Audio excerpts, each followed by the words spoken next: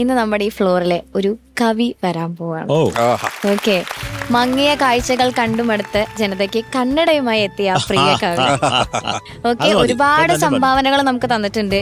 കവിതയും പിന്നെ ഈ പറഞ്ഞ പോലെ അധ്യാപകനാണ്, അതുപോലെ തന്നെ ഗാനരചയിതാവാണ്, അതുപോലെ നമ്മുടെ ജനങ്ങൾക്ക് റിലേറ്റ് ചെയ്യാൻ പറ്റുന്ന ഒരുപാട് ജനകീയമായ ഒരുപാട് കവിതകൾ നമുക്ക് സമ്മാനിച്ച നമ്മുടെ മുരുകൻ കാട്ടാക്കട സാറാണ് ഇന്ന് നമ്മുടെ ഫ്ലോറിൽ വരാൻ പോകുന്നത്. സോ മുരുകൻ സാറിനെ ഒരുപാട് സ്നേഹത്തോടെ സൂപ്പർ സ്റ്റാറിന്റെ വേദിയിലേക്ക് ഞാൻ സ്വാഗതം ചെയ്യാണ്.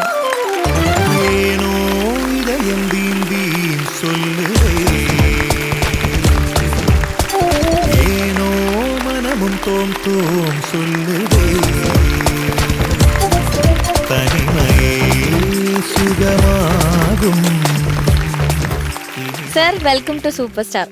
സന്തോഷം. സുഖമായിട്ടിരിക്കുന്നു സർ. ഞാനിപ്പോ സാർ വരുന്നതിന് മുന്നേ ഞാൻ ഇൻട്രോയിൽ ഇങ്ങനെ പറയായിരുന്നു, ജനങ്ങൾക്ക് അല്ലെങ്കിൽ സൊസൈറ്റിയിൽ നടക്കുന്ന ഒരുപാട് കാര്യങ്ങൾ റിലേറ്റ് ചെയ്തിട്ടുള്ള കവിതകളാണ് സാർ എഴുതിയിട്ടുള്ളത്. അപ്പൊ എങ്ങനെയാണ് സാറിന്റെ ആ ഒരു കവിത എഴുതുന്ന രീതി, അല്ലെങ്കിൽ ഈ ഒരു കോൺസെപ്റ്റ് ഒക്കെ ബേസ് ചെയ്ത് ചെയ്യണം എന്നുള്ള ഒരു ഐഡിയ, സാറിന്റെ ഒരു രീതി എങ്ങനെയായിരുന്നു?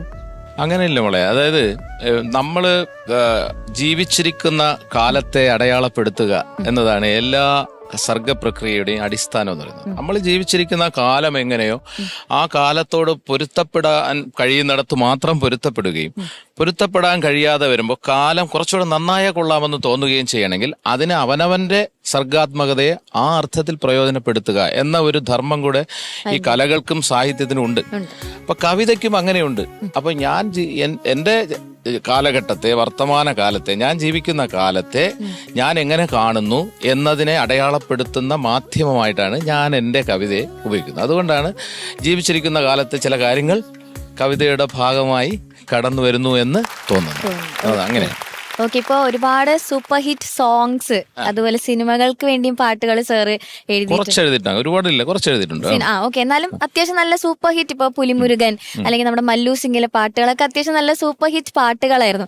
ഈ സിനിമ പാട്ടുകൾ എഴുതുമ്പോ എന്തെങ്കിലും വ്യത്യാസങ്ങൾ സാറിന് തോന്നിയിട്ടുണ്ടോ? തീർച്ചയായിട്ടും ഉണ്ട്. ശരജിയുമായിട്ട് എനിക്ക് ഭാഗ്യം കിട്ടിയിട്ടുണ്ട് പാട്ട് എഴുതാൻ. തത്സമയം ഒരു പെൺകുട്ടി ഇപ്പൊ ഈ അടുത്ത കാലത്ത് ഞങ്ങൾ പുതിയ പടത്തിൽ എഴുതി. അപ്പൊ എന്തായാലും സിനിമാ പാട്ടെന്ന് പറയും നമുക്ക് എല്ലാവർക്കും അറിയാം. സിനിമയിലെ പാട്ടെന്ന് പറയുന്നത് ഒരാളിന്റെ സംഭാവന അല്ല, ഒരു കൂട്ടായ്മയുടെ ഒരു അനേകം ക്രിയേറ്റിവിറ്റികളുടെ ഒരു ബ്ലെൻഡാണ് സിനിമയുടെ പാട്ട്. എന്നാൽ കവിത അങ്ങനെയല്ല. കവിയുടെ മാത്രം ഉൽപ്പന്നമാണ്. കവിക്ക് ഉള്ള പരമാവധി സ്വാതന്ത്ര്യവും താല്പര്യവും എല്ലാം പ്രകടിപ്പിക്കാൻ കഴിയുന്ന ഒന്നാണ് കവിത. പാട്ട് അങ്ങനെയല്ല.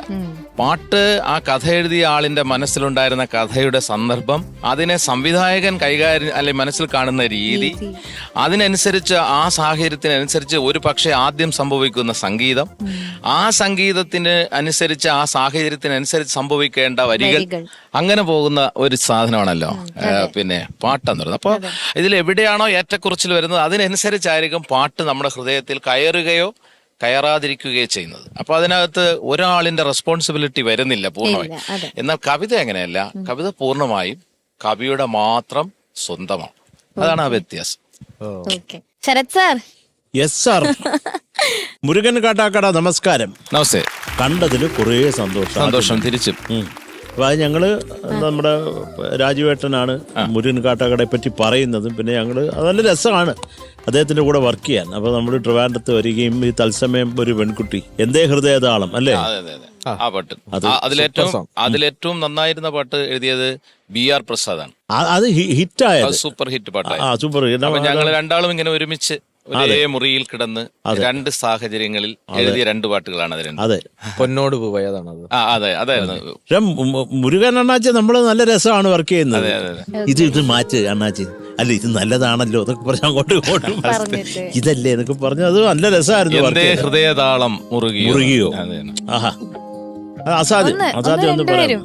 രണ്ടുപേരും കൂടെ ഒന്നിച്ച് പാടാൻ അല്ലേ? ഞങ്ങൾ അടിയാവും. ഞാൻ എങ്ങനെ പാടുന്ന ആളല്ല, എനിക്ക് സംഗീതം അറിയില്ല. ഞാൻ ചുമ്മാ മുരുകൻ പാടുന്ന ആളാണ്. കവിത അദ്ദേഹം ചൊല്ലുന്ന പോലെ, ഈ കവികള് കവിത ചൊല്ലുന്ന പോലെ ആർക്കും പറ്റത്തില്ല. ഇപ്പൊ ഒരു കമ്പോസർ പാടുമ്പോ ഉള്ള ഒരു ഫീൽ ഉണ്ടല്ലോ, അത് വേറെയാണ്. അതായത് ശരജി, അത് നമ്മള് ഇവർ കവി എന്ന നിലയിൽ ഇപ്പൊ നമ്മള് ഇത് പോരാന്നൊരു തോന്നലുണ്ടാവും എഴുതി കഴിയുമ്പോൾ. അപ്പൊ അതുകൊണ്ട് നമ്മൾ ഇതിലെന്താണോ നമ്മൾ ആഗ്രഹിച്ച അത് വരാനുള്ള ശ്രമം ചൊല്ലാൻ കഴിഞ്ഞാൽ കവി അതിൽ ആരോപിക്കാൻ ശ്രമിക്കും.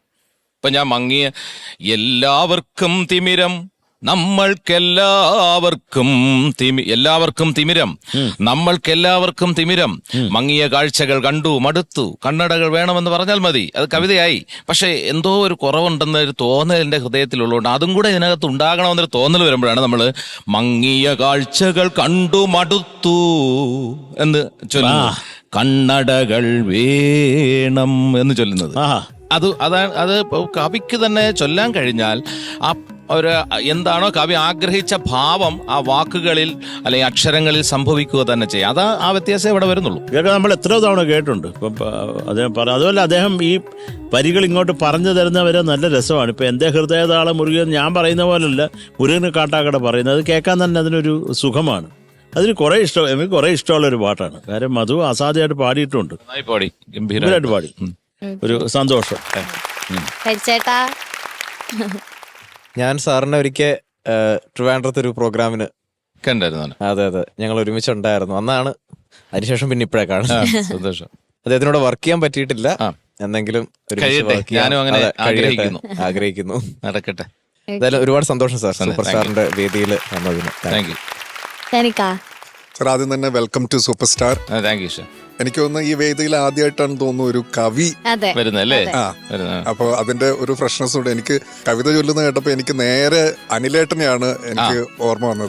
അനിൽ പനച്ചുര. അതെ.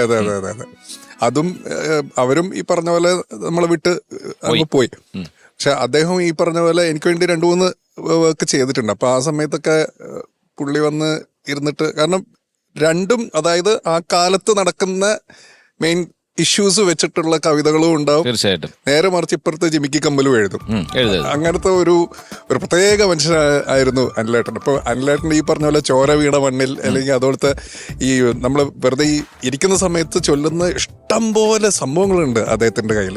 തീർച്ചയായിട്ടും. അതെ. അത് എനിക്കൊന്ന് നിങ്ങളെല്ലാവരും അല്ലെ ഈ പറയുന്ന പോലെ ഫ്രീ ടൈമിൽ ഇങ്ങനെ ഇരുന്ന് അല്ലേ, കിട്ടാവുന്ന സാഹചര്യങ്ങൾ സന്ദർഭങ്ങൾ അനുസരിച്ചിരിക്കും. അതെ. എന്തായാലും ഒരുപാട് സന്തോഷം സാറേ.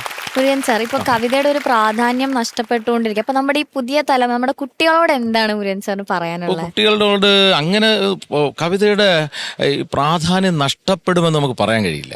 അത് കയറിയിറങ്ങി വരും. ഈ കയറ്റിറക്കങ്ങളോടുകൂടിയാണ് എല്ലാ കാര്യങ്ങളും പൊയ്ക്കൊണ്ടിരിക്കുന്നത്. അത് എല്ലാ മേഖലയും അങ്ങനെയാണ്. കവിതയുടെയോ ഭാഷയുടെ മാത്രം മേഖലയിലല്ല മാറ്റങ്ങൾ, എല്ലായിടത്തും ഏറ്റക്കുറച്ചിലോടൊരു മാറ്റമുണ്ട്. അത് ഇതിൽ വരുന്നു. പക്ഷെ ഇപ്പൊ നോക്കൂ, നമ്മൾ പണ്ട് നമ്മുടെ കുട്ടികൾ ഇത്ര ഭംഗിയായി മലയാളത്തിലെ പാട്ടുകൾ പാടുമായിരുന്നു. പഴയ പാട്ടുകൾ എല്ലാം പുതിയ പാട്ട് പാടിക്കൊണ്ടിരുന്ന കാലത്ത് ഈ ഇപ്പം അമൃത ഉൾപ്പെടെയുള്ള ചാനലുകൾക്ക് അതിൽ വലിയൊരു പങ്കുണ്ട്, വലിയ റോളുണ്ട്. കാരണം ഈ റിയാലിറ്റി ഷോകളിലൂടെ പാട്ട് റിയാലിറ്റി ഷോകൾ വന്നപ്പോൾ കുട്ടികൾ നിർബന്ധമായും പഴയതിലേക്ക് അന്വേഷണം നടത്തേണ്ട ഒരു ആവശ്യകത വന്നു. അത് കമ്പോളത്തിൻ്റെയും കൂടെ ആവശ്യമായിട്ട് അവർക്ക് ഫീൽ ചെയ്തു. അവരെ എക്സ്പോസ് ചെയ്യണമെന്നുണ്ടെങ്കിൽ നമ്മുടെ പഴമയിലുള്ള നന്മകളിലേക്ക് തിരിച്ചു പോകണമെന്നൊരു തോന്നൽ അവർക്ക് ഉണ്ടാക്കി കൊടുത്തു മാധ്യമങ്ങൾ. അപ്പം അങ്ങനെ വന്നപ്പോൾ ഇപ്പം എന്തുമാത്രമാണ് പഴയ പാട്ടുകൾ, പിന്നെ അല്ലെങ്കിൽ വയലാറിൻ്റെ ഒക്കെ പാട്ടുകൾ ഇത്ര മനോഹരമാണ്. നമ്മൾ പുതിയ മക്കൾ അതേ അവസ്ഥ തന്നെയാണ് കവിതയും. ഈ കുട്ടികൾക്ക് കവിതയോടൊക്കെ നല്ല താല്പര്യമുണ്ട്. പക്ഷേ നമ്മുടെ ആളുകൾ, നമ്മുടെ രക്ഷകർത്താക്കൾ അവരെ ഈ കെമിസ്ട്രിയും ഫിസിക്സും പഠിപ്പിച്ച് അവരെ കമ്പോളത്തിൽ ഉൽപ്പന്നങ്ങളാക്കാൻ വേണ്ടി ശ്രമിക്കുകയാണ്. അപ്പോൾ അവരെ ഇതൊന്നും അങ്ങോട്ട് തിരിഞ്ഞു നോക്കാൻ അനുവദിക്കുന്നില്ല. അതാണ്, അനുവദിച്ചു കഴിഞ്ഞാൽ അവർ അതിൽ അടിച്ചു പൊളിക്കുക തന്നെ ചെയ്യും. അത് നമ്മൾ കാണുന്നുണ്ട്.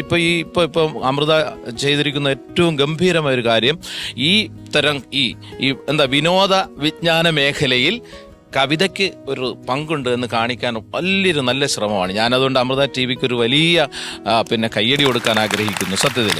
അപ്പോൾ അതുകൊണ്ട് തന്നെ തീർച്ചയായും നോക്കിക്കോളൂ, അന്വേഷണങ്ങൾ വരും. ഇപ്പോഴത്തെ കവികളെ കുറിച്ച് മാത്രമല്ല, പഴയ കവികളിലെ നല്ല കവിതകളെ തിരഞ്ഞു പോകും മക്കൾ. അതൊക്കെ നമ്മുടെ ഭാഷയ്ക്ക് ഗുണം ചെയ്യും. അതുകൊണ്ട് അങ്ങനെ തന്നെ ആകട്ടെ, നന്നായി അവർ ആലപിക്കട്ടെ, ഉത്സവങ്ങളാക്കി മാറ്റട്ടെ നമ്മുടെ ഭാഷയെ. ഇപ്പൊ കെമിസ്ട്രി ഫിസിക്സ് എന്നൊക്കെ പറഞ്ഞുകൊണ്ട് ചോദിക്കാം, എക്കണോമിക്സ് അധ്യാപകനായ മുരുകൻ സാറിനെ കുറിച്ചൊന്ന് പറയോ? അല്ല, ഞാൻ എൻ്റെ പ്രൊഫഷൻ എന്ന് പറയുന്നത് ഞാൻ ടീച്ചറായിരുന്നു. ഇതുപോലെ എക്കണോമിക്സ് എന്ന് പറയുന്നത് സാമ്പത്തിക ശാസ്ത്രം എന്ന വിഷയമാണ് ഞാൻ പഠിച്ചതും പഠിപ്പിച്ചതും. പിന്നെ 2 സംഘർഷം ശരത്ജി, സത്യത്തിൽ എന്നെ ഈ കവിയായി ഞാൻ വരുന്നതിന് ഇടയാക്കുന്നത് 2 പ്രധാന ഡീ സ്കൂളിങ്ങുകളാണ്, അല്ലെങ്കിൽ 2 പ്രധാന ഇല്ലായ്മകളാണ്, സംഭവിക്കായ്മകളാണ്. എന്താണെന്നറിയോ, എൻ്റെ ജീവിതത്തിൽ ഏറ്റവും വലിയ ആഗ്രഹം മലയാള ഭാഷ പഠിക്കണമെന്നായിരുന്നു. പഠിക്കുന്ന കാലം പല സാഹചര്യങ്ങൾ കാരണം എനിക്കത് പഠിക്കാൻ കഴിയാതെ പോയി. ഈ മലയാള ഭാഷ പഠിക്കാൻ കഴിയാതെ പോയതിന്റെ ചുരുക്ക് തീർക്കുന്നതാണ് ഞാൻ മലയാളത്തില് കവിത എഴുതുന്നത്. സത്യത്തില് എഴുതി അങ്ങ് അതേസമയം ഞാൻ മലയാളം പഠിച്ചിരുന്നെങ്കിൽ ഒരു പക്ഷേ എനിക്ക് പേടി വരും. എന്നോടൊപ്പം മലയാളത്തിൽ അല്ലെങ്കിൽ മലയാളത്തിൽ കവിത എഴുതിയെന്ന, ഞാൻ കോളേജിലൊക്കെ പഠിക്കുമ്പോൾ കവിത എഴുതിയെന്ന് എൻ്റെ കൂട്ടുകാരുണ്ട്. അവർ മലയാള ഭാഷ എടുത്ത് പഠിച്ചു പോയി. അവർ പിന്നെ കവിത എഴുതിയതല്ലോ, പേടിച്ചു പോയി. അവരെഴുതുന്നത് ശരിയാണോ തെറ്റാണോ ഒരു പേടി വന്നു. എന്നെ സംബന്ധിച്ചിടത്തോളം അതില്ല, ഞാൻ അങ്ങോട്ട് പോയിട്ടില്ല, എനിക്ക് തോന്നിയതുപോലെ ചെയ്യാം. അതുപോലെ തന്നെയാണ് എൻ്റെ ഏറ്റവും വലിയ ആഗ്രഹമായിരുന്നു സംഗീതം പഠിക്കണമെന്ന്. നടന്നില്ല. അതിൻ്റെ ചുരുക്ക് തീർക്കുന്നതാണ് ഞാൻ ഉറക്കെ ചൊല്ലുന്നത്. അപ്പം നമ്മളെ മക്കൾ അറിയേണ്ട ഒരു കാര്യമുണ്ട്, എല്ലാം ലഭിക്കുക എന്നതിനപ്പുറം ഒരു ചലഞ്ച് ഉണ്ടാകുമ്പോഴാണ് നമ്മൾ അവിടേക്ക് എത്തുന്നത്. അപ്പോൾ സാമ്പത്തിക ശാസ്ത്രം പഠിച്ചു എന്നത് വലിയ സന്തോഷകരമായ ഒരു കാര്യമായി ഞാൻ കാണുന്നു. അത്രയേ ഉള്ളൂ.